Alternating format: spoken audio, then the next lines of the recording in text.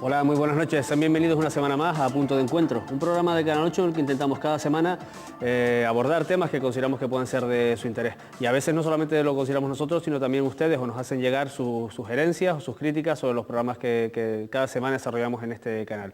Por eso, antes de presentar el tema que vamos a tratar esta noche a nuestros invitados, sí me permito recordarles el correo electrónico de este programa, que es puntodencuentro@canal8tv.com. Un correo electrónico en el que esperamos todas sus sugerencias, como les decía. Hoy vamos a tratar un tema que, de alguna manera o de otra, todos creemos saber lo que es el estrés, todos sabemos quién está estresado, todos sabemos cómo se desarrolla o cómo notamos si estamos estresados o no.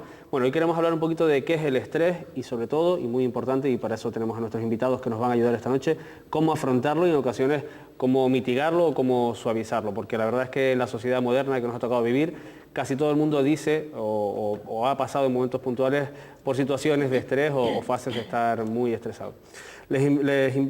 Paso ahora mismo a presentar a nuestros invitados. Tenemos esta noche en esta mesa a Adelaida Barroso Rival, que es directora del Centro de Yoga Lemuria. Buenas noches, muchas gracias. Buenas noches. A su lado tenemos a Francisco Rodríguez Pulido, que es psiquiatra, profesor de la Universidad de La Laguna y presidente de la Asociación Canaria de Neuropsiquiatría y Salud Mental. Buenas noches y muchas gracias. Buenas noches. Y también contamos con Lidia Díaz González, médico de familia y coordinadora del Grupo de Salud Mental de la Sociedad Canaria de Medicina Familiar y Comunitaria. Buenas noches y muchas gracias. Hola, buenas noches. Bueno, pues el tema parece, vamos, yo al menos no quiero tampoco extenderme en la explicación previa, pero al fin y al cabo todos sabemos quién está estresado o qué es lo que significa la palabra estrés en esta sociedad en la que nos movemos. Me gustaría que cada uno de ustedes, con su experiencia y con su conocimiento, dijeran, digamos, una definición básica, bajo su punto de vista, de qué es el estrés para ustedes. Por ejemplo, Adelaida, empezamos por ti. Vale. Bajo el punto de vista de la coordinación física, normalmente cuando alguien tiene estrés, pues no sabe coordinarse, no sabe estar en el presente, suele traer al centro, suele traer todo lo que lleva del día en su mente y muchas veces les cuesta la coordinación. Incluso el pararse, gente bloqueada, cuando ya llega el estrés grande, bloqueada. Después también en la relajación, en la fase de relajación cuando hacemos en la práctica, se mueven, no pueden estar quietos ni siquiera en ese momento, ¿no? Y vienen muy embotados, ¿no? Con muchas ganas de expresar, ¿no? Por eso la primera parte siempre de una clase de yoga es más bien activa para que todo eso se suelte, para después permitirte de alguna manera ir a tu centro y ubicarte, ¿no? Eso es lo que yo hacía a simple vista y rápido. La primera impresión de lo que sería bajo el punto de vista físico. Francisco, el estrés, bajo el punto de vista del área del conocimiento que tú manejas, ¿cómo lo podrías definir para nuestros telespectadores lo entendieran? Digamos que no que tenemos que relacionar el estrés como una situación patológica, digamos, no como sinónimo de padecer una enfermedad. Eso es lo primero, situación que es importante tener claro, ¿no?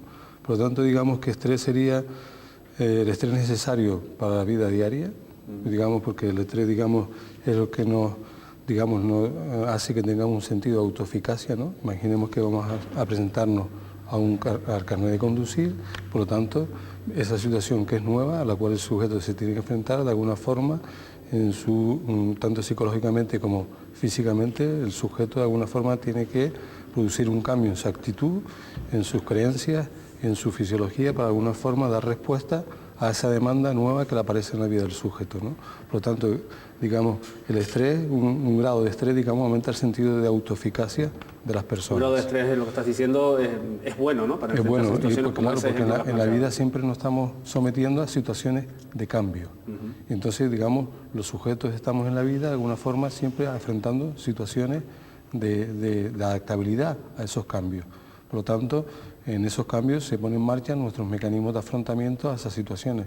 Por lo tanto, digamos que el estrés sería ya jugar una dimensión más patológica, más de enfermedad, cuando digamos entre ese equilibrio, esa homeostasis que todos tenemos para adaptarnos a los cambios, se rompe de alguna forma entre esa amenaza que vemos, la situación nueva, la vivimos con una situación amenazante, y digamos la propia evaluación que nosotros hacemos de la propia situación en la cual pensamos que no tenemos recursos, los recursos necesarios, no de índole solo de materia. Ese sería el salto del estrés normal a un estrés ya patológico. Sí, digamos, cuando se rompe ese equilibrio, esa homeostasis interna da adaptabilidad al cambio, ¿no?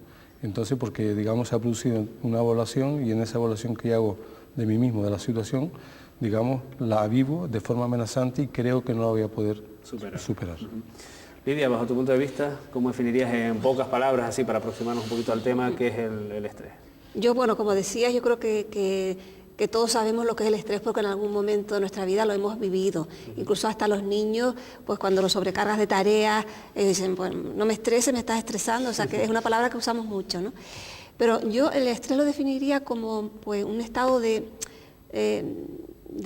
tensión nerviosa, de tensión nerviosa que puede manifestarse pues, con múltiples síntomas y variados, ¿no?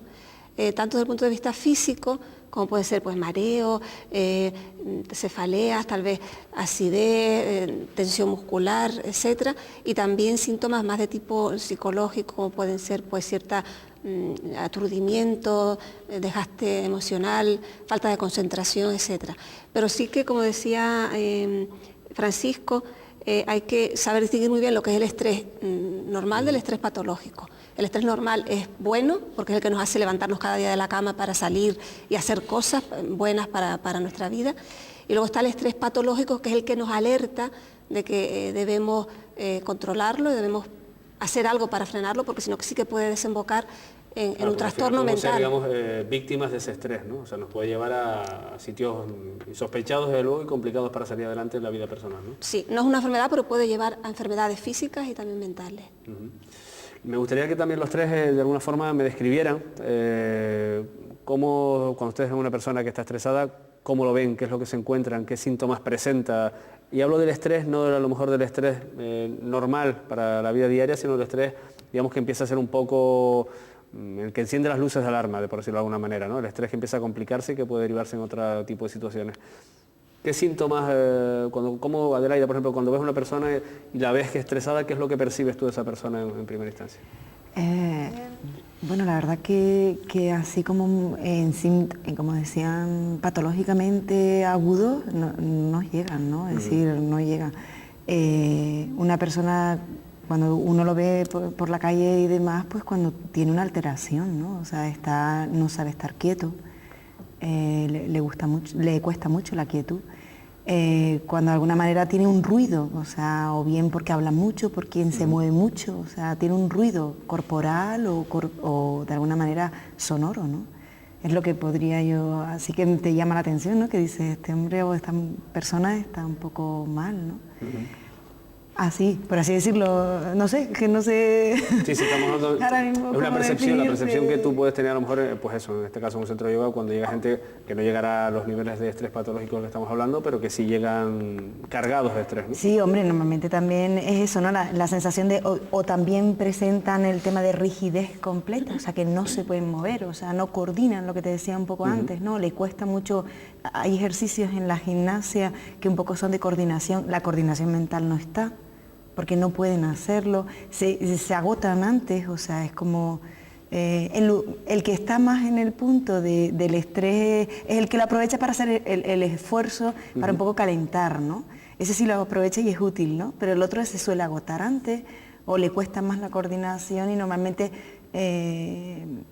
hay más inquietud o más rigidez. Francisco, ¿cómo está esa frontera? Los psiquiatras realmente, cuando trabajamos, cuando intentamos detectar patología mental, detectamos enfermedades, ¿no? Claro, las situaciones de normalidad procuramos ni siquiera etiquetarlas, ¿no? Porque claro, hay una gran variedad de situaciones y variedad de individuos que, digamos el punto de la urosal de cada sujeto para su estrategia y las estrategias que tiene son muy variadas, ¿no? Por lo tanto, digamos, nosotros movernos en la normalidad e intentar etiquetarla, ya tenemos bastante con la normalidad, ¿no? Con eso. Por lo tanto, digamos, pero yo sí diría que una persona, digamos, en un sentido propio de autovaloración personal, ¿no? Ahora que está tanto muy en los libros de autoayuda y todas estas cosas, ¿no? Digamos que yo creo que podemos estar estresados cuando se rompe el sentido de autoeficacia, digamos, cuando sabemos que tenemos cosas en la vida que hacer y de alguna forma tenemos la sensación de que esas cosas no las estamos resolviendo adecuadamente, ¿sabes? Que no llegamos, ¿no? Sí, de alguna forma parece que nuestras estrategias están fracasando, ¿no? Esas estrategias que nos enseñaron, de alguna forma no nos están dando respuesta para las demandas nuevas que en nuestra vida está apareciendo. Y cuando, digamos, se rompe ese equilibrio interno de decir, oye, la vida parece que me está sobrepasando, de alguna manera, pero siempre hay un sentimiento de uno estar de alguna forma sobrepasado, digamos, uno pierde ese sentido de que las cosas le están saliendo, ¿no? Porque, digamos, todos tenemos dificultades y de alguna forma las vamos resolviendo, las vamos aplazando, vamos estableciendo estrategias, pero, digamos, cuando ya la persona se ve de alguna forma desbordada, digamos, en la resolución y ya carece de estrategia, es cuando realmente ya se encuentra la situación en una situación de desasosiego y desamparo, que ahí es cuando, digamos, puede aparecer, de acuerdo a la estrategia interna, la presencia de enfermedad mental o no, de acuerdo a ese momento de desasosiego que las personas en un momento determinado en su vida pueden sufrir, porque claro, en la vida estamos constantemente sometidos a los cambios vitales, constantemente, cada 2 o 3 cada 2 o 3 décadas sufrimos un cambio vital, tanto físico como psicológico, y hay un proceso adaptativo. Después a los propios, digamos, acontecimientos que la propia vida nos da, ¿no? Después a los acontecimientos externos que la propia vida nos presenta. Imaginemos una catástrofe natural, o imaginemos una catástrofe que puede ser una violación, o una catástrofe que puede ser un accidente de tráfico, ¿no? Digamos, esas son situaciones que son, digamos, no naturales, y que de alguna forma al sujeto le hace de alguna forma adaptarse a esa situación para la cual en su biografía personal no cuenta con registros anteriores, ¿no? Lo cual hace que el sujeto a una nueva demanda de adaptabilidad, y en esa nueva demanda, de acuerdo a los recursos internos que tenga el sujeto y a los apoyos externos que tenga, o puede resolverlo de forma satisfactoria, gestionar su propia situación de estrés, gestionarla de forma eficaz o no eficaz. Lidia, cuanto a la sintomatología, ¿cómo lo percibes, digamos, cuando alguien está, digamos, pasando la frontera ya de ese estrés normal con el cual... Tal como yo lo veo, sí, tal como yo lo veo, el estrés son una serie de síntomas que el cuerpo que se manifiestan en nuestro cuerpo. Nos manda mensajes de alguna forma. Exactamente. Es como un aviso, ¿no? Unas señales de aviso, de alerta, de que algo va mal. Yo creo que algo estamos haciendo mal con nuestro cuerpo, con nuestra vida. Yo creo que es como un aviso de que no nos estamos tratando bien. Entonces nos avisan para que paremos y digamos, a ver, me estoy sobrecargando de trabajo, me estoy sobrecargando de dedicarme a los demás sin dedicarme a mí también. O sea, ya eso pues nos meteríamos en lo de cómo prevenir el estrés y cómo abordarlo, pero yo creo que cuando una persona empieza a sentir que no puede respirar bien, que está tenso, que no está concentrado, que tiene falta de atención, que está, pues todos esos síntomas mareados, tal, pues bueno, se debe plantear que igual tiene que frenar. Pero de alguna forma eso tiene que presentarse de forma persistente, ¿sabes? Exacto, crónicamente, mantenido. Exactamente, de forma persistente y un sentimiento de desbordamiento, es decir, un sentimiento de que esta situación no se puede controlar, es decir, que la situación esa no está bajo el control interno, porque más o menos todos tenemos sobre la vida un cierto control de lo que sucede. Y cuando ese control interno se pierde sobre el acontecimiento que nos rodea, realmente que las personas se encuentran en una situación, digamos, vital, crítica, ¿no? ¿Sabes? Entonces, diríamos de alguna forma que vamos a ver, con el tipo de vida que llevamos, por ejemplo, que eso es algo que todo el mundo puede percibir, los telespectadores y nosotros, cada vez hay más exigencias sociales, digamos, si se me permite, a cada uno de nosotros, en el plano profesional, en el plano familiar, en el plano social, de la convivencia, en el plano incluso de como consumidores en una sociedad que está montada de esta manera y con estas bases. ¿Hasta qué punto estamos sobrecargados? Digamos, estamos llevando muy al límite el estrés. O sea, porque la sensación que yo tengo, y esa es la hipótesis que les lanzo, es que estamos muy cerca cada vez estamos más cerca del borde del estrés, que puede resultar peligroso porque tenemos más cargas, por decirlo de alguna manera. ¿Qué piensan sobre eso? ¿Cualquiera de los tres? Bueno, yo pienso que esto, digamos, ante la historia uno se puede presentar de forma optimista o de forma pesimista, es decir, dos formas de abordar al sujeto en la historia, ¿no? Pero bueno, en la Edad Media no éramos ni siquiera dueños de nuestra libertad, ¿no? Pertenecíamos siempre a alguien, ¿no? Y de alguna forma habían poderes que de alguna forma que siempre parece que nos decían lo que teníamos que hacer, ¿no? Yo creo que el sujeto ha ganado libertad, ¿no? Pero claro, frente a la libertad está también la justicia, ¿no? Y ese equilibrio entre libertad y justicia a veces en los tiempos históricos a veces es difícil combinar, ¿no? Pero yo creo que efectivamente, es decir, lo que sí está claro es que cuando, digamos, las sociedades pasan por crisis económicas, digamos, está claro que aumenta la patología, aumenta el estrés y aumenta la patología mental. Digamos, eso está en la literatura perfectamente definido, ¿no? Porque, digamos, se somete al sujeto a una situación de gran vulnerabilidad, ¿no? Entonces, inclusive de supervivencia como especie, ¿no? De alguna manera, ¿no? O de supervivencia de su propia familia, ¿no? De la trascendencia de su propia familia o trascendencia de sí mismo, ¿no? Y eso, digamos, de alguna forma, a una situación económica crítica rompe en ese sentido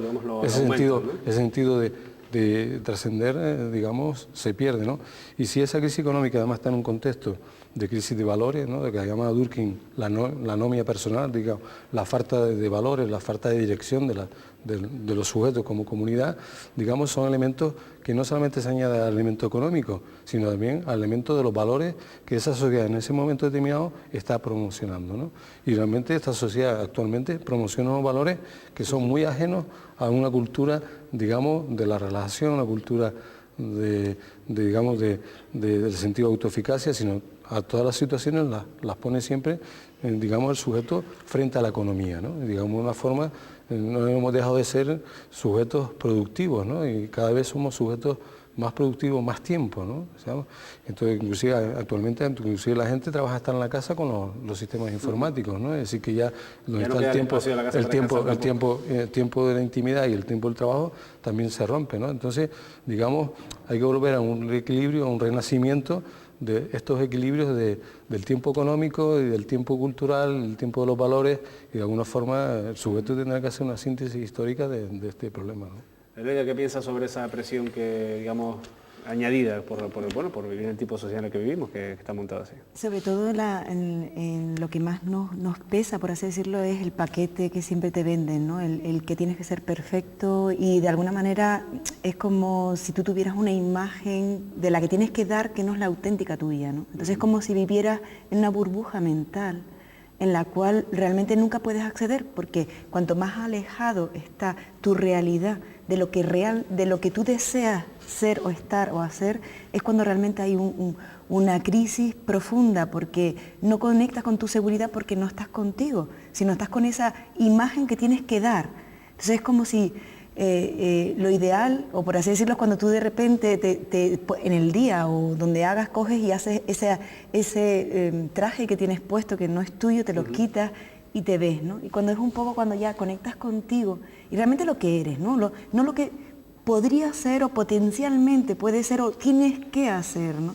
Sino ya cuando tú conectas contigo y con tu profundidad, es como ya calmas, ¿no? Es cuando se produce la calma, porque de alguna manera te conectas. Muchas veces lo previo, todo lo que sería, que te genera es toda aquella burbuja, lo que te decía del ruido, muchas veces no es un ruido real, sino es un ruido mental que traes de tengo esto, tengo que hacer esto, y es un poco lo que pretendes de alguna manera en el día a día, cuando te dedicas un tiempo, porque si no te dedicas un tiempo para ti, mal andamos, ¿no? De decir, bueno, pues esto lo dejo, lo aparco marco prioridades, ¿no? También la eficacia, como decía él, un poco la eficacia, un ser humano lo tiene cuando tú dices, ¿qué es prioritario ahora, no? ¿Qué es prioritario? O sea, si hago esto, esto y esto, me dejo atrás yo, o tengo que hacer esto y esto para yo después poder hacer esto, ¿no? O sea, es como sentar prioridades básicas en la vida. Y sobre todo también momentos de descarga, ¿no? O sea, el yoga es una, pero después hay otro que es el correr, o sea, todo lo que sea que también te conecta con el plano físico. Si se dan cuenta, casi todas las terapias alternativas conectan, dejan la mente a un lado y te deja esa burbuja que es la que va contigo y haciendo el ruido. Intentas dejarlo y conectar con un poco lo que te da seguridad, porque al final y al cabo, cuando nos acostamos y nos levantamos con uno, ¿no? Que decir, es como... Después ya ponemos el traje enseguida, ¿no? A veces depende de por la mañana, o puedes decir un buenos días a ti mismo, a la vida o lo que sea, ¿no? Pero normalmente siempre va la expectativa. La expectativa es lo que genera de alguna manera esa tensión, ¿no?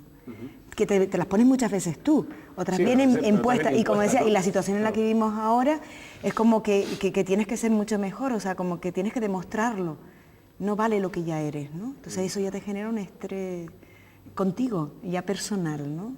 Y ya tú percibes en tu trabajo diario este tipo de, digamos, de situaciones en las cuales la prioridad no es uno mismo, sino es lo que te exige la sociedad, lo que te exigen tus obligaciones, y al final la persona, el yo, digamos, queda abandonado, ¿no? Y eso quizás sea el primer peldaño de la escalera para meterse en una dinámica de estrés complicada, ¿no? Sí, la verdad es que estoy de acuerdo con lo que han dicho ellos. Estamos en una sociedad que es estresora, ¿no? Que te te metes en un sistema donde, y sobre todo yo creo que las mujeres más que los hombres, porque a las mujeres cada vez se les está pidiendo más, ¿no? Tenemos que ser buenas esposas, buenas madres, buenas amas de casa, buenas profesionales luego, y la verdad es que el día no da para tanto, encima pues se nos exige, nos autoexigimos hacerlo bien todo, no encima de ser buenas amigas, buenas, y claro, pues todo perfecto no se puede hacer y son muchas, y claro, pues a la consulta llegan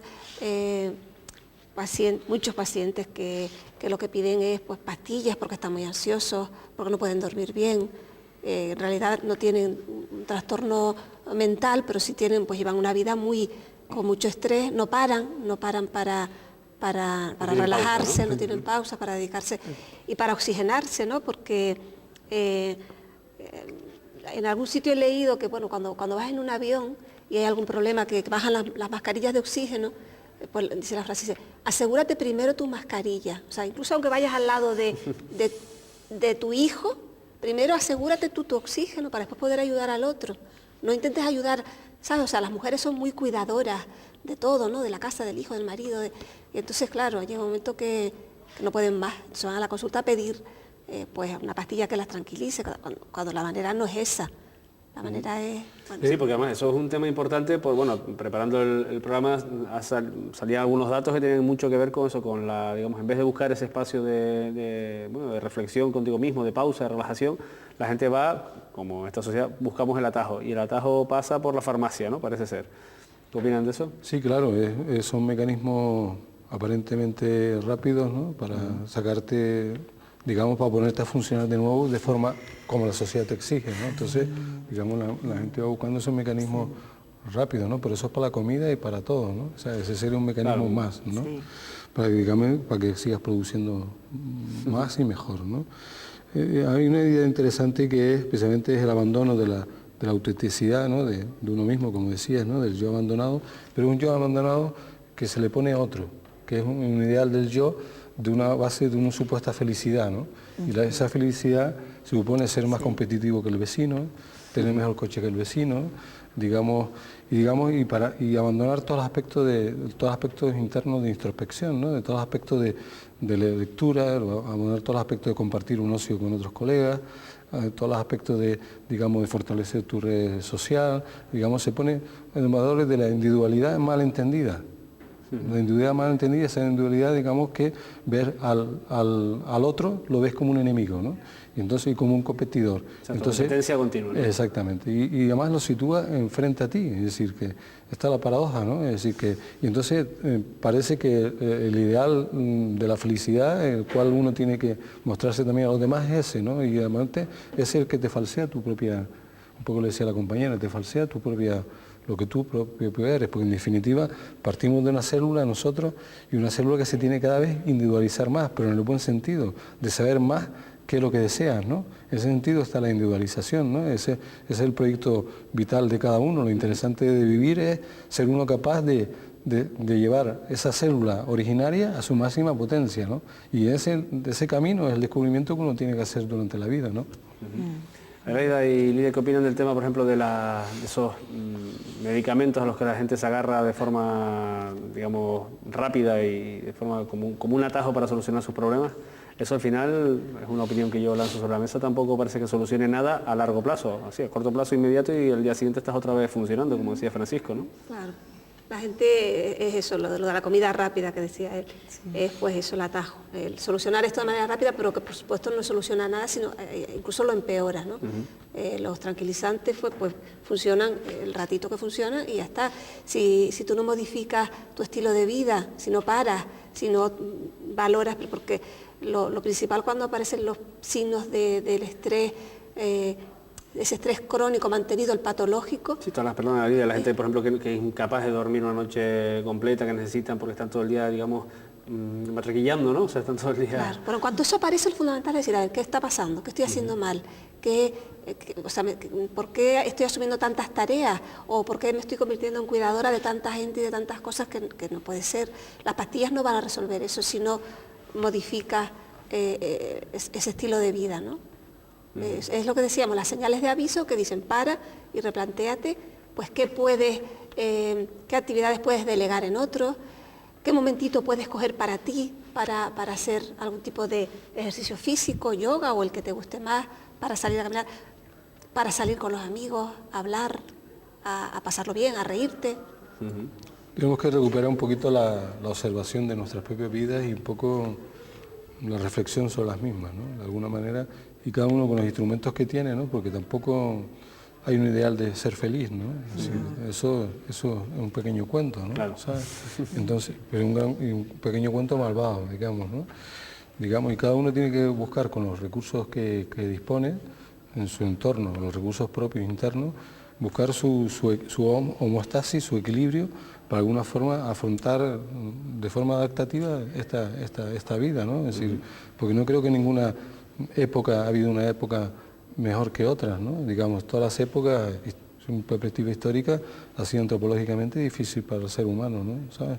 Entonces, digamos, el tema es uno, digamos, conservar ese terreno de la individualidad y ser muy crítico ante lo que observa, ¿no? Es decir, ese sentido de lo crítico era un sentido que el Renacimiento decía que había que recuperar, ¿no? El sentido de lo crítico frente a la observación de lo que ocurre, ¿no? Y muchas veces las personas, por esa dinámica que llevan, digamos, se someten a la propia realidad de una forma un poco automática, ¿no?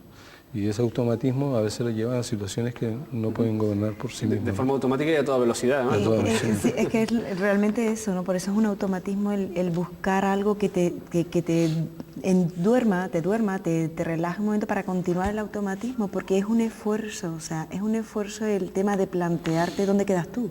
Es más fácil seguir una dinámica, o sea, si yo tengo que hacer esto y no plantearte nada. Es mucho más fácil estar fuera de uno. Que incluso la gente cuando queda y sale realmente es para, no es para el encuentro, o sea, no se produce el encuentro porque no hay encuentro con uno. O sea, si no hay encuentro con uno, ¿cómo te vas a encontrar con el otro? Lo que puedes es seguir en la misma burbuja, en la misma voraz, ¿no? En otra faceta de la burbuja. Claro, en la otra faceta de burbuja, pero sí es importante del tema del contacto contigo y contacto con el otro desde otro ángulo, sí, ¿no? El contacto, porque realmente somos individuos, aunque tengamos una individualidad, somos sociales y pertenecemos dentro de un grupo.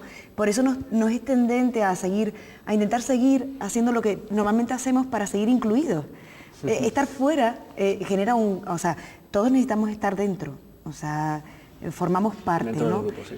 Entonces es más fácil el olvidarte de ti y formar parte, y por eso a veces usamos una medicación, o a veces no nos hacemos ninguna cuestión, porque cuestionarte a lo mejor cosas, es decir, normalmente cuando estamos en la adolescencia, normalmente ahí es cuando nos planteamos lo que queremos ser. Si nos vamos ahí a ver un poco qué hemos hecho, o qué planteamiento a lo que hemos llevado después de grande, o por qué nos ha ido la vida, es a veces duro retomar y volver otra vez al encauce personal, ¿no? Hay momentos puntuales en la vida del ser humano en los cuales uno está como más en un contacto con lo auténtico, ¿no? O cuando tenemos una crisis, o sea, o produce un accidente, o se produce lo que decías antes, ¿no? Algo que te impacta, es cuando único paramos. Cuando en condiciones normales, en la voraz, cuando ves la sociedad como voraz, ¿no? Después hay individuos que no. Yo creo que, digamos, aquí es un elemento, digamos, peligroso, es decir, digamos, enfatizar mucho que las personas en la vida cotidiana tenemos que hacer muchos esfuerzos, ¿no?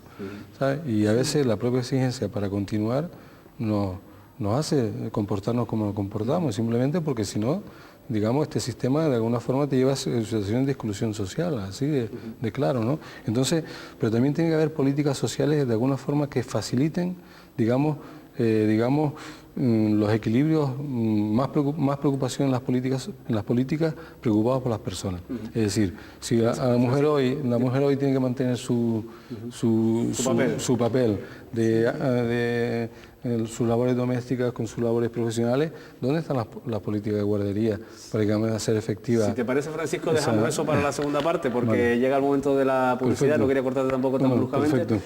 Después de la publicidad seguimos hablando del estrés y cómo afrontarlo. Gracias.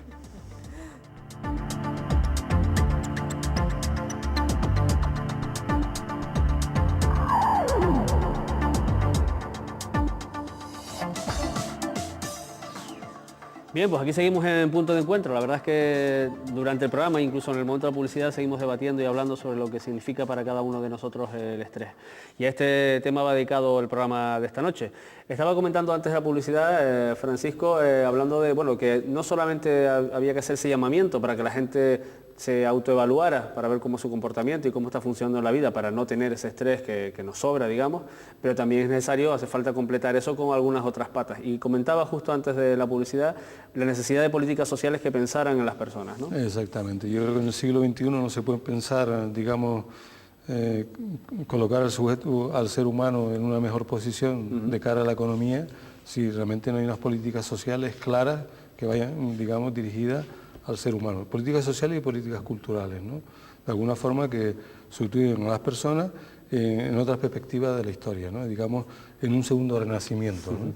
En este sentido, digamos, es necesario, por ejemplo, vemos claramente en las políticas dirigidas a la mujer, cómo se prometen políticas específicas destinadas a compatibilizar su puesto de trabajo con su vida doméstica, y después esas políticas se quedan a medio camino, ¿no? Es decir, que seguro que si a esas políticas sociales dirigidas a la mujer se la acompaña de forma más firmemente, seguro que las mujeres sufrirán menos situaciones estresantes y permitirá más hacer esos procesos de autoobservación, demás, etcétera, etcétera. Por lo tanto, digamos, esto lo quiero un poco añadir para no castigar tanto a que parece que los sujetos no reflexionamos. Yo creo que todos en cualquier momento de nuestra vida reflexionamos sobre lo que hacemos, pero muchas veces tenemos que dar respuesta a unos hijos, tenemos que dar respuesta a unas hipotecas, tenemos que dar respuesta a muchas demandas, a unas expectativas que nuestros padres tienen sobre nosotros, y bueno, y de alguna forma eso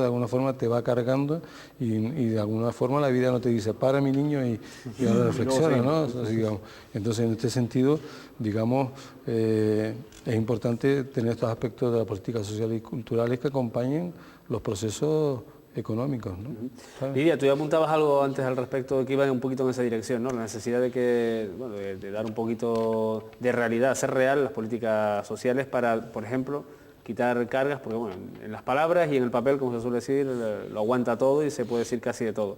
Y de hecho estamos acostumbrados a ver anuncios casi siempre de los políticos diciendo que se va a hacer esto, se va a hacer aquello otro, para que haya guarderías, para minimizar un poco la carga diaria de las mujeres que al mismo tiempo son, pues eso, como tú decías antes, madres, esposas, amas de casa y profesionales que además deben ser profesionales competentes. ¿Esa situación está acompañada, digamos, por la sociedad a su alrededor, ¿no?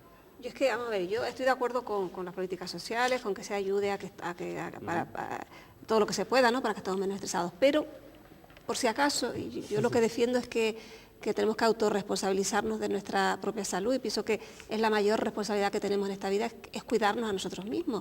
Entonces prefiero remarcar esas habilidades, ¿no? O sea, quiero decir, yo creo que cada uno es responsable de su vida, que el día tiene 24 horas, que la semana tiene 168 horas, creo, porque lo calculo alguna vez para decirle a los pacientes que cuando le dices que tienen que buscar un huequito para hacer ejercicio físico, que puede ser caminar, bailar, yoga, lo que sea, lo que les guste, lo que les haga relajarse, porque todo el mundo sí coincide en general en que cuando hacen ejercicio están más relajados.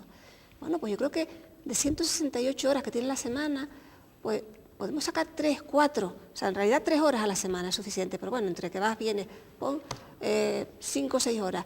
Si te quedas con 162 horas, entonces yo creo que no es mucho pedir. Y eres responsable de decir, es fundamental aprender a decir no a otras cosas para priorizar esa. Eso es una clave que no todos sabemos llevar. Es que yo soy muy práctica, ¿no? Entonces me gusta, decir, a ver, tú eres responsable de lo que quieres hacer con tu vida. Entonces no me digas que no tienes tiempo. Vamos a buscar tiempo para esto, porque lo tienes que priorizar ante otras cosas. Tal vez tienes que decir que no a alguien, porque te vas a dedicar a ti.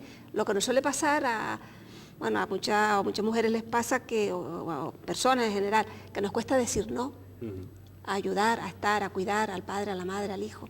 Entonces yo creo que también hay que aprender a delegar más en otros, pues las mujeres delegar más en sus parejas para que ayuden más en la casa y en el cuidado de los hijos, para tener ellas su espacio, ¿no? Para actividades de ocio y de relax. También yo creo que tenemos que estar más pendientes de los amigos, de quedar, pues no sé cada cuánto, pero de salir, de reírnos. tanto el ejercicio físico como la risa producen endorfinas, que son pues las hormonas antiestrés, ¿no? Son las hormonas que crean sensación de relax, de paz interior, y todo eso cada uno es responsable. Las políticas sociales muy bien, pero por si acaso... Por si acaso fallen. Sí, yo creo que cada uno tiene que cuidarse a sí mismo y que eso es un deber. Sí, pero siempre en la historia siempre estamos, a los sujetos siempre estamos metiendo más presión, ¿no? ¿Sabes? Parece que también tenemos que cumplir 10 mandamientos, también tenemos que cumplir, etcétera, etcétera, ¿no? Entonces nos meten más mandamientos, ¿no? Es decir que en este sentido, efectivamente el sujeto tiene un poder de libre albedrío sobre su vida, ¿no? ¿Sabes? Pero también ese sujeto está en un contexto, y los contextos no podemos olvidar esos contextos, que son contextos exigentes y demandantes, ¿no? ¿Sabes? Y esos contextos tienen sus propios ritmos, ¿no? Por lo tanto, en las políticas simplemente significa que al sujeto se facilite, precisamente que se eche una mano para hacer esa responsabilidad. Porque claro, si yo digo, bueno, haz ejercicio físico, pero ni siquiera te explico que ese ejercicio físico tienes que hacer es igual de ineficaz. Y si no hay grupos organizados en tu propia comunidad de vecinos que fomente de alguna forma el ejercicio físico, el ciudadano puede ir a esa comunidad, a esa asociación de vecinos, porque tiene proyectado y organizado unos grupos físicos, digamos, exactamente, es decir, ahí le estamos facilitando lo que es una responsabilidad individual con una conexión con su contexto y con su entorno. Entonces, el problema aquí es que o cargamos mucho las tintas en el sujeto o cargamos mucho las tintas en las políticas sociales. Y precisamente es la conexión lo que falta, es decir, ¿cómo establezco una red como es el cerebro? El cerebro en definitiva funciona bien porque entre ellas ha establecido una suficiente red suficientemente potente para, digamos, gobernar el cerebro y lo físico. Pero en lo social hace falta lo mismo, es decir, ¿cómo establecemos una red más allá de nuestro cerebro para de alguna forma conectar a los sujetos con sus propios entornos? Y esas políticas que conecten los entornos con los sujetos a través de un sistema adecuado, de objetivos adecuados, de acuerdo a la salud pública o otros objetivos, es lo que realmente no se hace. Y ahí es donde realmente yo incido especialmente. ¿Sabes? Es decir, que la ausencia de políticas dirigidas a establecer esa conexión del sujeto a ser sujeto más, digamos, más en relación con sus propios entornos, ¿sabes? Y eso pasa precisamente por tener políticas activas diseñadas a tal efecto, claro, ¿no? un paso más de lo que estamos hablando. Y no dejarlo claro en el sentido de decir, claro, como tú no lo haces, tú eres culpable, ¿sabes? Pero claro, otros 10 mandamientos más que tenemos, no solamente los propios del catolicismo, ¿no? Las cosas, ¿no? No solamente los propios del catolicismo, sino nos meten 10 mandamientos más, ¿me entiendes? Que no puedes beber, que no puedes fumar, etcétera, etcétera. Que está muy correcto y desde un punto de vista de la salud pública es correctísimo, pero eso, digamos, los poderes públicos que tienen que facilitar el poder, digamos, ser efectivo al sujeto en esa política para ayudarle, para sacarlo de ese proceso individualización. Y que normalmente las políticas están enajenadas, o sea, las políticas van por épocas y por imágenes. Ahora que están, ¿dónde hay problemática? Pues en la tercera edad, mujeres maltratadas y demás, pero solamente hacen un lavado de imagen. O sea, después no hay un seguimiento, lo que decías, es verdad que hace falta el seguimiento, que a veces las asociaciones de vecinos, el que contacta más cercano es el que hace por los barrios, ya lo de barrios no, tenemos ciudades, dormitorios, donde vamos y no hay un contacto. Las asociaciones de vecinos hacen ese enlace, normalmente son los que hacen el enlace y no el ayuntamiento, cuando antes era el ayuntamiento porque era más pueblo. Cuando éramos más pueblo estaban más involucrados porque realmente en todo si lo vemos queremos dar una imagen, hacemos acciones puntuales cuando resulta que la verdadera sanación lleva su tiempo. O sea, es como la política de alguna manera está enfocada a vamos a curar esto con la pastilla, pero después no hay un fondo, entonces claro, siguen habiendo los mismos problemas, porque claro, todo funciona a base de tiempo. La política es tiempo, yo estoy en este tiempo y he sacado este rendimiento, de cara a la imagen he sacado esto, pero ¿qué hay de fondo? ¿Dónde está el fondo del entorno? Y ese es el problema base, que todo lleva su tiempo. El que realmente trabaje por el ser humano y el entorno sabe que tiene que ir despacio. O sea, es otro ritmo, o sea, y hay otras necesidades que además son muy diversas, porque es verdad que está el problema de los niños pequeños, que también es verdad que hay que pagar es decir, hay personas que tienen que hacer varios trabajos para poder sostenerse. Es verdad que a lo mejor no cuentan porque ya cada vez más las familias son unilaterales, o sea, estamos hablando de la familia normal y la que solamente hay un miembro, el miembro que es el que lleva el peso no puede sacar el tiempo y tiene que dividirse, ¿no? Entonces, y eso es verdad que no hay recursos a largo plazo, pero después hay otros recursos, y es que no entiendo mucho de política, en el sentido de por qué de repente hay recursos para cosas que después no colaboran y contribuyen a lo que es el organismo y su entorno, el ser humano y su entorno, que a veces no es, a veces hay familia y a veces no hay familia, pues lo normal, cuando ocurren en los entornos en que nos movemos en la sociedad, es que la familia esté rota, ¿no? O sea, que decir, no hay un entorno ya, la propia familia de apoyo, entonces, y ni siquiera nos relacionamos bien porque con los amigos, o sea, y es como una bola que se va haciendo porque también es eso, la familia, el contexto del entorno, que es importante, ¿no? Que antes íbamos a casa de los abuelos, quienes tuvieron ese iban los abuelos, los tíos, y rescatar a los tíos, rescatar a la familia, es como, ¿no? Yo me planteo muchas veces, ¿no? El tema de yo en mi familia, ¿no? Y yo en mi familia, o cómo me lo manejo, ¿no? Porque antes sí teníamos ese apoyo, antes íbamos todos y ahí por lo menos nos comíamos algo juntos, ¿no? Por eso en este contexto además de crisis económica es muy importante los elementos participativos, ¿no? Fomentar la participación, ¿no? Porque en la participación, a nivel que sea, favorecen los intercambios subjetivos, ¿no? Y el intercambio subjetivo hay intercambios de experiencia, ¿no? Y en esa experiencia que una persona intercambia con otra, aparecen los elementos de autoayuda, ¿no? De la propia sociedad civil, que de alguna forma se articula en sus propios mecanismos de afrontamiento de sus propias necesidades, ¿no? Pero perdón, Francisco, justo, yo estoy de acuerdo con lo que planteas, pero justo en un momento en que la sociedad está cada vez más en los núcleos sociales, vamos, vivimos en nuestra casa y no conocemos ni al vecino de enfrente. Claro. Por ejemplo, con digamos, ese ejemplo hay que establecer, saltar más barreras, ¿no? Claro, pero ahí está, ¿no? Porque se ha ido a un modelo, digamos, un concepto de democracia, un concepto muy reducido, y el concepto de democracia no puede ser ligado al concepto de salud, digamos, y de una salud pública, ¿no? Va intrínsecamente unido, ¿no? Porque todos los mecanismos de participación ciudadana son mecanismos que favorecen los procesos de salud, de los estilos de vida más saludables, etcétera, etcétera, ¿no? Y favorece también la creación de redes de apoyo precisamente para los acontecimientos más adversos, ¿no? Veamos precisamente en Argentina cuando fue la crisis económica en Argentina, ¿no? Cómo el mecanismo de trueque solucionó un sistema, digamos, donde los sujetos se veían amenazados frente al exterior y de alguna forma en ese intercambio los sujetos le permitían adaptarse, porque en definitiva al cerebro lo único que le interesa la vida, y esto los neurocientíficos lo tienen muy claro, lo único que le interesa es la supervivencia, al cerebro no le interesa si la verdad o la mentira, qué es verdad o qué es mentira, el cerebro y la humanidad lo único que interesa es supervivir, y a los sujetos como comunidad lo que nos interesa es, digamos, mantener nuestra supervivencia en nuestra propia familia y también la de la especie, es decir, básicamente, entonces, y en esos mecanismos fomentar la participación es un elemento estratégico para una sociedad que, digamos, esa sociedad de renacimiento que tiene que llegar, ¿no? Oye, te quería preguntar por un asunto que también detecté preparando el programa. Se habla ya incluso de, bueno, hace tiempo se viene hablando de un estrés asociado a los niños, porque estamos sobrecargando a los niños, desgraciadamente estamos, digamos, volcando, estamos proyectando el estrés que tienen los mayores en los niños también, pues no solamente con las clases, sino con las exigencias, con las actividades extraescolares, con la necesidad de que seas bueno en deporte, seas bueno en matemáticas, seas bueno... ¿Has visto casos de esto y hasta qué punto consideras que estamos equivocándonos a la hora de afrontar la educación de nuestros hijos? Hombre, es difícil saber si nos estamos equivocando o no. Lo cierto sí es que cada día hay más niños con problemas de estrés, con problemas de ansiedad, con trastornos de ansiedad e incluso con trastornos depresivos.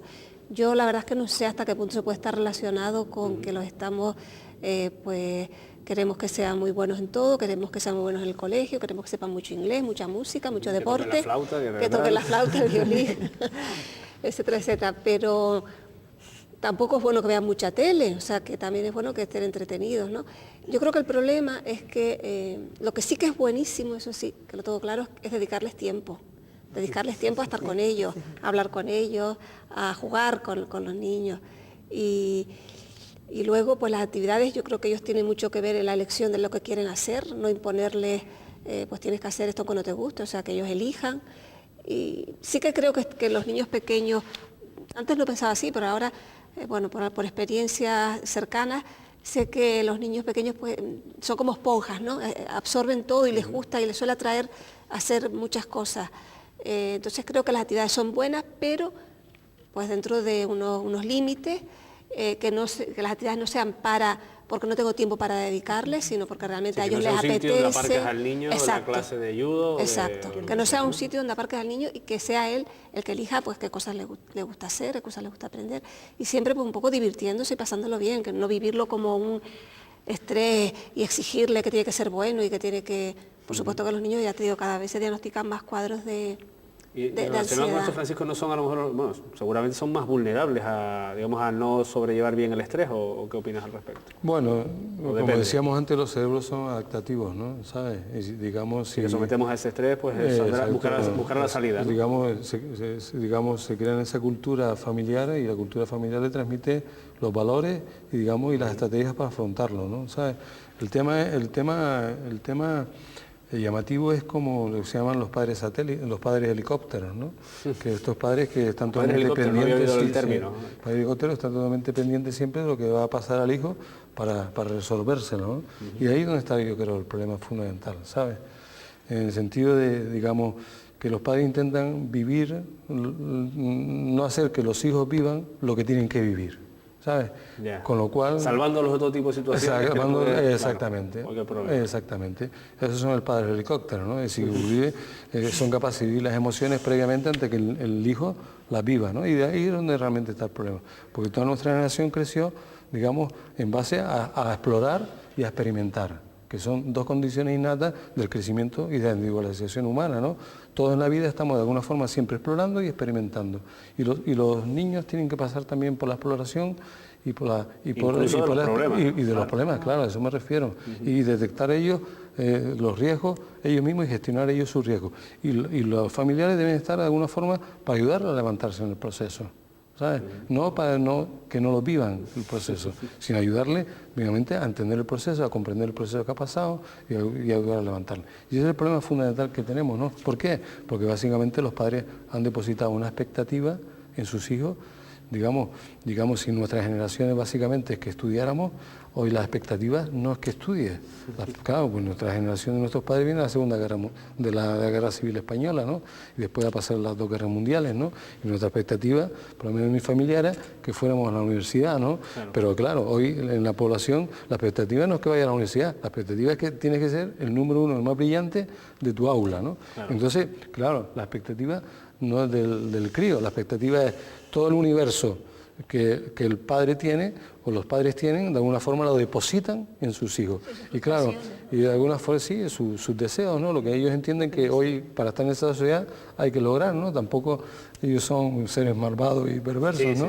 ¿Sabes? Que de alguna forma esa expectativa la depositan ahí, y claro, y ahí vienen después las dificultades, porque claro, empiezan en la vida, aparecen los reverses, ¿no? Y aparecen los reverses, aparecen las dificultades, antes o después. Nadie se puede salvar de ciertas cosas, ¿no? Nadie nos podemos salvar de las pérdidas, ¿sabes? De la gente que queremos se nos vaya, eso nadie se puede salvar de eso. Nadie nos podemos salvar de que de alguna forma que un amigo se enfade con nosotros y que de alguna forma nos abandone. Nadie, o que nosotros abandonemos a una persona que amamos, o alguien nos abandone a una persona. Nadie se puede escapar de eso. Nadie se puede escapar de una muerte antinatural o que vivimos de forma natural, de alguien de una generación más joven con nosotros. Sí, hay ciertas experiencias vitales que el sujeto, por ser sujeto, no se va a poder escapar en la vida. Y de alguna forma, si de alguna forma esas experiencias no se ha vivido de forma natural en el seno de una familia. Sí, siempre te han estado salvando, digamos. Exactamente, no, claro, careces de estrategia, entonces cuando te viene la dificultad, eres un sujeto que realmente te encuentras con ciertas invalideces para poder afrontarlas, ¿no? Hemos estado hablando antes por encima de los beneficios, por ejemplo, a la hora de afrontar situaciones de estrés normal, hablamos no llevado al extremo, del ejercicio físico. ¿Hasta qué punto cada uno de ustedes considera que es importante y qué tipo de actividades? Porque hay gente que considera que ejercicio físico no es caminar y a lo mejor solamente con caminar es suficiente. Hay gente que considera que la salida puede ser el yoga o puede ser hacer 10 kilómetros al día, que de todo hay, ¿no? O meterse en un gimnasio 2 horas, que también es otra historia a valorar. ¿Qué opinas sobre eso, Adelaide? No, el tema de los de antes, que normalmente tanto en un lado como en el otro, o el padre que está sobrecogiendo al chiquillo con miles de actividades, normalmente es porque él tiene otras cosas que está haciendo simultáneamente, o se dan los dos extremos, el niño que está solo todo el día porque el padre está trabajando y está abandonado. El problema es el abandono tanto en uno como en el otro, que por eso hace falta el contacto. falta el contacto, ¿no? Y que entonces cuando los chiquillos lo viven mal, ¿no? Yo creo que, retomando lo que me planteaba... Sí, lo planteo como el ejercicio físico, el esfuerzo físico, como una, no digo que sea la medicina perfecta, pero luego es algo que ayuda a liberar las tensiones. Seguro, totalmente, ¿no? O sea, desde el paseo, o sea, cada uno depende depende de cómo son, o sea, de cómo seas, necesitas una acción, hay gente que le encanta correr, hay gente que le encanta caminar, hay gente que necesita pararse, hay gente, por eso hay tantas alternativas, o sea, que no puedes decir esto, ¿no? Pero está claro que todo lo que decíamos antes, todo lo que se mueva tu cuerpo físico te genera endorfinas que calman tu cuerpo, ¿no? Te lo sanan automáticamente, ¿no? Sin necesidad de aportación externa a través de medicación, ¿no? Y desde el punto de vista del yoga, en este caso, ese tipo de, las personas, digamos, que practican yoga, liberan ese sí, digamos, hay distintas, yoga, sí. El yoga es como una filosofía. Sí, lo que normalmente practicamos, largo, sí. Es que es muy amplio, ¿no? La palabra. Supone más cosas las que decimos, claro. Yoga en sí mismo es una filosofía. Sí, lo sí, que practicamos normalmente asimilas yoga con posturas. Lo que hacemos posturas, todo lo que es postura corporal, estás haciendo presiones, lo que son las asanas, que es lo que normalmente llamamos, haces presiones y generas endorfinas en algunos lados, otras adrenalinas incluso puedes llegar y otras sedan. Entonces es como un equilibrio que de alguna manera es como si, además estirándote, lo haces teniendo en cuenta conceptos de anatomía y con mucho cuidado, te estiras, te alargas y normalmente tienes un traje también muscular que de alguna manera te comprime. Entonces el yoga lo que hace es estirarte ese traje y te hace sentirte de nuevo como que creces. Incluso a veces en una práctica hemos hecho medirnos antes y medirnos después y crecemos. Y de la misma manera que crecemos físicamente, crecemos a nivel emocional, mental, como que estás más relajado y puedes pensar de otra manera, ¿no? O sea, hay cabida a más cosas, ¿no? Entonces está claro que, bueno, lo que es la práctica de asana funciona.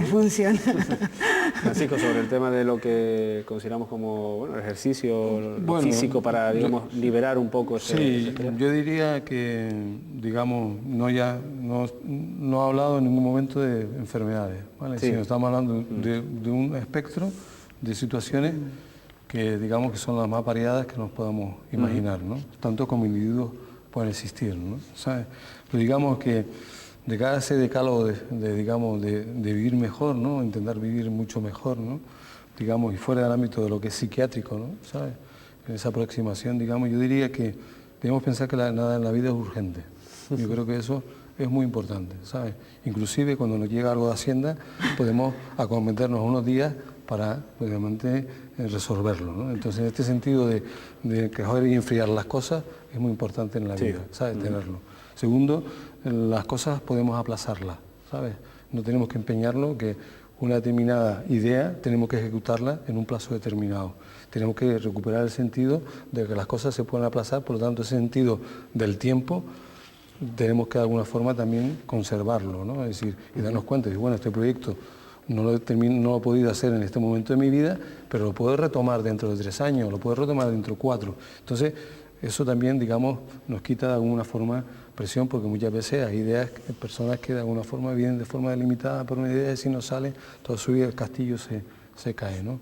Después es bueno tener 2 o 3 proyectos en la vida, ¿no? Igual que cuando jugamos a las cartas tenemos siempre 2 o 3 jugadas previstas, ¿no? Al dominó, en la vida también hay que tener 2 o 3 cartas previstas, un plan A y un plan B, porque siempre en la vida tenemos que, de alguna forma, tener digamos, ver escenarios posibles de nuestros propios desarrollos individuales y de alguna forma preverlos, ¿no? Otro elemento importante que yo creo es, de alguna forma, tener la sensación de que en la vida podemos equivocarnos, ¿sabes? Porque aquí hay margen para el error. Exactamente, hay margen para el error y podemos equivocarnos y podemos retomar, ¿sabes? Podemos volver a la situación, replantearnos, ir a la persona con la cual tenemos dificultad, renegociar esa situación y, de alguna forma, y volver a retomarla desde amor, desde la posición, previa a una reflexión. Y este sentido de que podemos equivocarnos es importante porque la vida esta nos lleva a que tenemos que ser, ¿sabes?, en todo muy buenos, ¿no? Y esto es un problema del carajo, ¿no? ¿Sabes? Entonces, tercero, ¿sabes? Y que uno es bueno en una dimensión, en otra dimensión no es bueno. Quedan 2 minutitos, o sea, que si podemos... No, y por último, primero que la felicidad no existe, ¿vale? La felicidad con mayúscula no existe, existe la minúscula y la minúscula se la tiene que buscar cada uno. cada uno, ¿sabes? Y que no hay canto de sirena de nada, ¿no? No hay ninguna religión, ninguna ideología que nos promueva la felicidad para todos. No, eso no existe. Cada uno tiene que hacer su propio proceso y su propio camino en su propia individualización como persona, ¿no? Y tercero, digamos que debemos de alguna forma siempre perseguir lo que deseamos, ¿sabes? De alguna manera. La verdad es que el decálogo ha estado completito. Siempre Ha sido un buen resumen para casi el final del programa. Lidia, como digamos, prácticamente una de las últimas intervenciones, si quieres decir algo que se haya quedado fuera. Yo, con respecto al ejercicio físico, sí que quería decir que el ejercicio físico ha demostrado que es una de las actividades más saludables, o sea, que previene de muchas enfermedades, por ejemplo, que mejora muchísimo el riesgo cardiovascular, el riesgo de tener infartos, problemas de accidentes cerebrovasculares, etcétera, y que además es muy bueno para la paz interior, la relajación, estar relajado. O sea, que yo sí que animo a la gente a que busque un huequito para hacer ejercicio físico. ¿Cuál? El que les guste. Por los mayores, igual que tienen problemas de pues a caminar a buen ritmo, o sea, ponerse siempre unos tenis para hacerlo, ¿no? El que le guste nadar, bailar, pero que, aunque cueste un esfuerzo inicial, porque hacer ejercicio físico, mantener la constancia, cuesta, merece la pena, porque luego todo el mundo, cuando lo practica, se siente mejor y su salud física también va a estar mejor.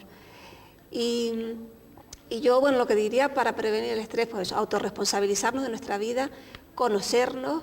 El cuerpo nos avisa de cuando algo no va bien, nos avisa con mareos, dolor de cabeza, etcétera. Sí, pero por eso hay que fijarse en qué momento está cada uno, ¿no? Porque a la velocidad a la que vamos a veces ni nos damos y que cuenta. tenemos que parar, que nos ayude la sociedad, las políticas, etcétera, pero que nosotros tenemos que ser responsables de pararnos, de saber, de cuidarnos la imagen de autooxigenarnos, o sea, de coge tu mascarilla primero antes de dedicarte a los otros, me parece que es buena. Bien, pues hasta aquí ya ha llegado el programa de hoy. Yo por lo menos he aprendido bastante, espero que ustedes también, y que de alguna forma este programa también intenta ayudarles a vivir un poco mejor. Por nuestra parte nada más, la próxima semana les esperamos aquí en Punto de Encuentro en Canal 8. Buenas noches y muchas gracias.